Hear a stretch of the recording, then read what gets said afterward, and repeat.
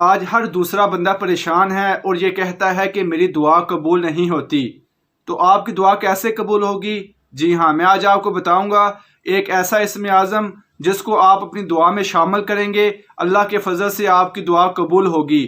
جامعہ ترمذی کے اندر ایک بڑی پیاری حدیث پاک موجود ہے جس کو حضرت آسمہ بنت یزید رضی اللہ تعالی عنہا جس کی راویہ ہیں، آپ فرماتی ہیں رسول اللہ صلی اللہ تعالی علیہ وآلہ وسلم نے ارشاد فرمایا، قرآن پاک کی ان دو آیات میں اللہ کریم کا اسم اعظم موجود ہے۔ آپ صلی اللہ علیہ وآلہ وسلم نے ارشاد فرمایا کہ قرآن پاک کی یہ آیت وَإِلَٰهُكُمْ إِلَٰهٌ وَاحِدٌ لَا إِلَٰهَ إِلَّا هُوَ الرَّحْمَٰنُ الرَّحِيمُ۔ قرآن پاک اس آیت میں اللہ کریم کا اسم اعظم پوشیدہ ہے۔ یہاں پھر دوسری آیت وہ کون سی؟ الف لام میم اللہ لا الہ الا هو الحی القیوم۔ یہ دو آیات مبارکہ، ان کے اندر اللہ کریم کا اسم اعظم پوشیدہ ہے۔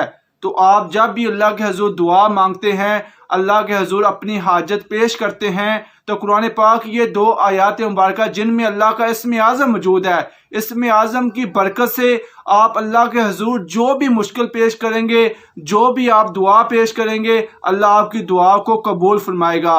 اور سنن نسائی کے اندر رسول اللہ صلی اللہ علیہ وآلہ وسلم نے فرمایا، جو بندہ اپنے رب سے ان کلمات کے ذریعے دعا مانگتا ہے تو اللہ اس کی دعا کو قبول فرما لیتا ہے۔ جو بندہ اپنے رب سے دعا مانگتا ہے اس دعا کے اندر ان کلمات کو شامل کرتا ہے، وہ کہتا ہے اللہم انی اسألک بأن لک الحمد لا الہ الا انت المنان بدیع السماوات والارض یا ذا الجلال والاکرام یا حی یا قیوم۔ ان کلمات کے ذریعے جو بندہ اپنے رب کے سے دعا مانگتا ہے تو اللہ کریم اس کی دعا کو قبول فرما لیتا ہے، کیونکہ ان کلمات کے اندر بھی اللہ کریم کا اسم اعظم پوشیدہ ہے۔